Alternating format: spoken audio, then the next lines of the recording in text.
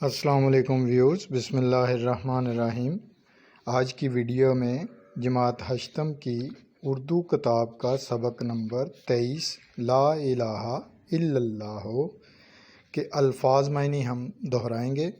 تو ویڈیو کی جانب چلنے سے پہلے جن طلباء نے چینل کو سبسکرائب نہیں کیا تو یاد سے وہ چینل کو سبسکرائب کر دیں تاکہ ہر نئی آنے والی ویڈیو بآسانی آپ تک پہنچ سکے۔ تو آئیے ویڈیو شروع کرتے ہیں۔ متا، اثاثہ، پونجی،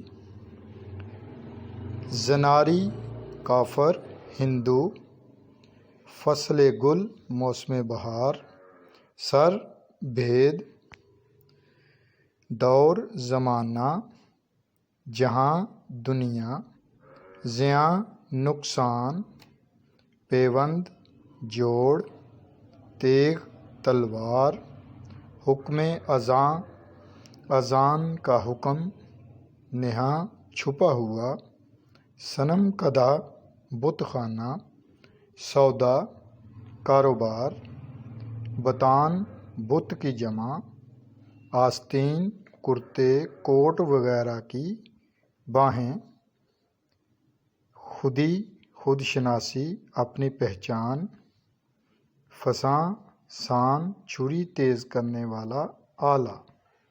ابراہیم علیہ السلام، حضرت ابراہیم علیہ السلام جو ایک بڑے نبی تھے۔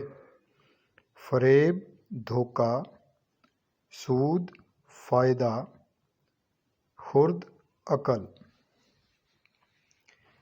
تو پوری توجہ سے اپنے سالانہ امتحانات کی تیاری کیجیے۔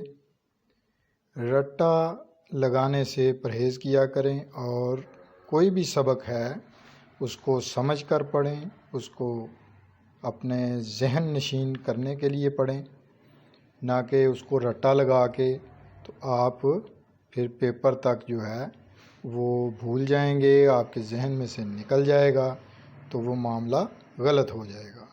تو آپ کے پورے سال کی محنت ہے تو اس کو بھرپور طریقے سے جو ہے استعمال کریں، اپنی محنت کو رائیگاں نہ جانے دیں اور پورے کا پورا وقت جو ہے وہ اپنی تعلیمی مصروفیات میں صرف کریں تاکہ